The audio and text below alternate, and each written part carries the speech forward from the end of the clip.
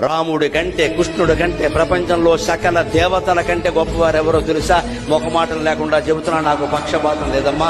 కనకదుర్గాదేవి అందరికంటే గొప్ప దేవత, లోకమాత, జగన్మాత.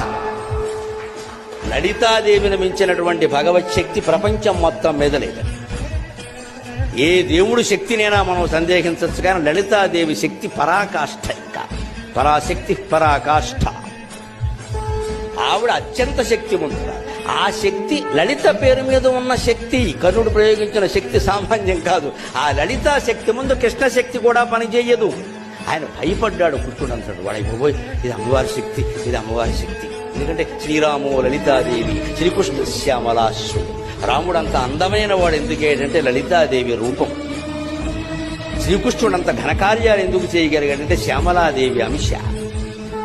శ్రీరామో లలితాదేవి, శ్రీకృష్ణ శ్యామలాశ్రుడు.